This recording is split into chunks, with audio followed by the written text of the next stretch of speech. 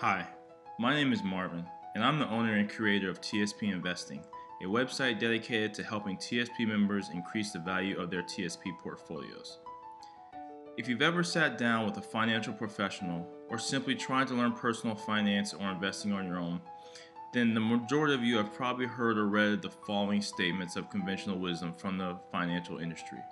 Live below your means, save more than you spend, invest the difference, and contribute consistently over time. And if you do all four of these things, conventional wisdom all but guarantees that over time you should make approximately 8 to 12% a year on your portfolio. Now don't get me wrong, all four of these practices are sound financial principles, but even still, there's a huge hole in this theory. So huge in fact that it is costing you thousands of dollars and in some cases even millions. Once I identify this hole, you will be wondering why in the world you never thought about it before. But before I tell you this major hole, I want to give you a brief history lesson. The S&P 500 was created in 1926 and gauges the performance of the 500 largest and most stable companies in the stock exchange. It is often considered the most accurate measure of the stock market as a whole. The average annual return from the year of the S&P's inception through 2011 was 11.69%. This is where the majority of financial professionals develop their long-term outlook for the US stock market. And because of this, they believe an 8 to 12% return in the future is a reasonable expectation for your long-term investments. But I think we can all agree the next 80 years will be far different from the previous 80 years.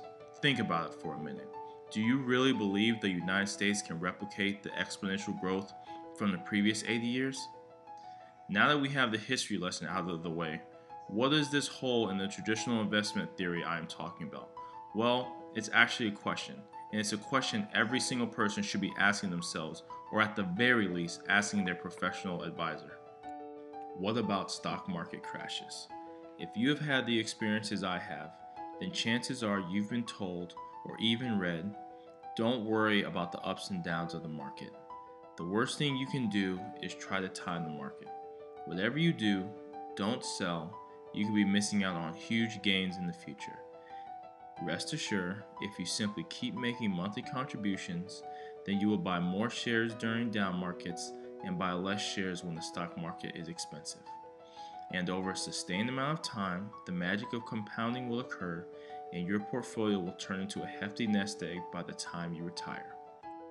Listen, you can believe these statements if you want to, but they will hardly produce any real profits in the stock market, and they certainly will not produce hefty nest eggs in your retirement portfolio.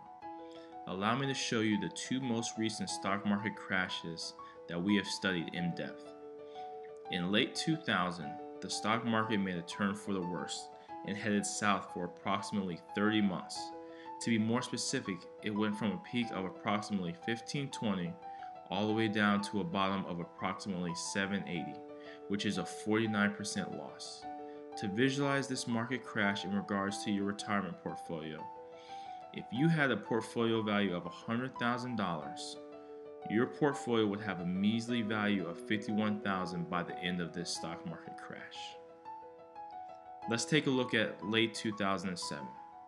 In late 2007, the stock market formed a top and started declining in early 2008. The beginning of this bear market, better known as the 2008 financial crisis, reached the bottom of its decline in March of 2009.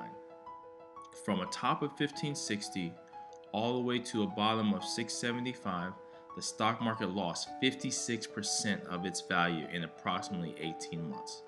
To sum things up quickly, if you had a portfolio worth $100,000 in the beginning of 2008, that same portfolio was now only worth $44,000. Only one word comes to mind: devastation.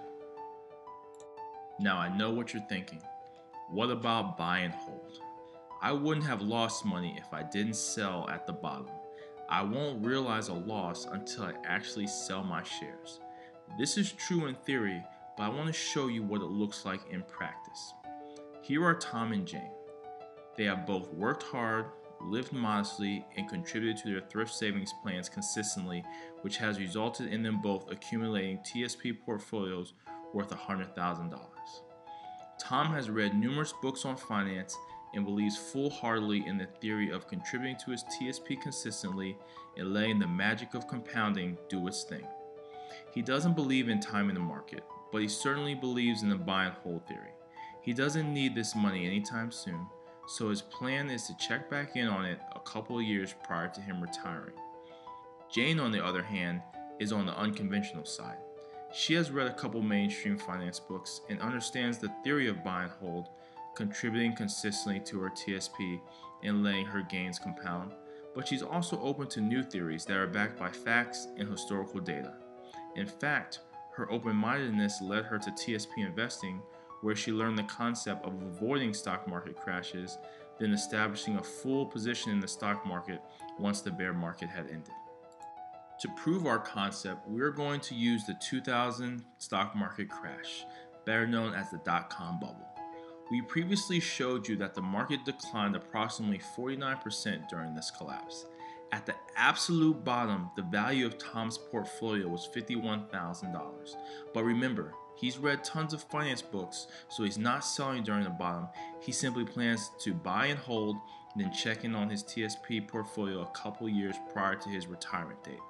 While it's definitely a good thing that he didn't sell at the bottom and he held on to his shares, because after approximately 7 years, he was finally back at break even. During the same time period, Jane was able to use her newly acquired knowledge from TSP Investing and recognize the coming bear market. This allowed her to protect her portfolio and limit her exposure to the coming stock market crash.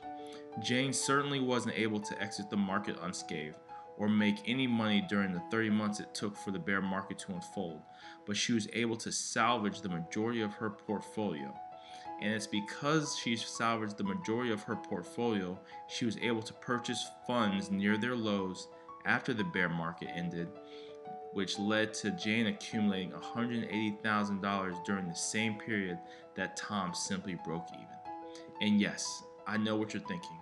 I'm not taking into account future contributions, and you're right. But for the sake of simplicity and all things being equal, it is clear to see that Jane's strategy is superior to Tom's. Now that it's abundantly clear conventional financial wisdom and methods are not the most profitable and are certainly not in the best interest of your retirement portfolio, how can you maximize your potential profits for the foreseeable future? It's really quite simple. You follow our method. While we cannot divulge our specific methods, it's really quite simple. We monitor the market and its average long-term movements in order to identify both bullish and bearish trends. Put simply, we have a scientific method of predicting when the market will go up and when the market will go down. Let me be clear. I am not saying we know exactly when the stock market will go up and exactly when it will go down. If we did, I can assure you we wouldn't be writing a newsletter giving up our golden ticket. But what our system can do is capture 80 to 85% of market trends. We have vigorously backtested our results over a 10-year time period, and what we found was absolutely astonishing. To give you some background before we proceed, you have to understand that the S Fund is considered one of the most aggressive funds that the TSP has to offer, and it offered the highest return on investment out of all the other TSP funds during this 10-year time period. So we backtested a TSP portfolio of $100,000 invested solely in the S Fund and compared those results to $100,000 invested utilizing our method over the same time period. And the results were absolutely staggering. As you can see, our method produced a return 36% higher than the S Fund. Now imagine how that would compound over 20, 30, or even 40 years. We pride ourselves with getting you the information you need and giving it to you straight. We know you have much better things to do than sitting glued to your computer monitor waiting for updates on the market. We send out one newsletter a month and will never flood your inbox with unnecessary junk. Let us do the heavy lifting so you can spend your valuable time doing what you enjoy most. This could be spending time with your family, focusing on your career, or enjoying your favorite hobby. No matter what it is you choose, the last thing we want you to do is sit in front of a computer screen day in and day out, second guessing your decisions for your financial future. Thank you for your time.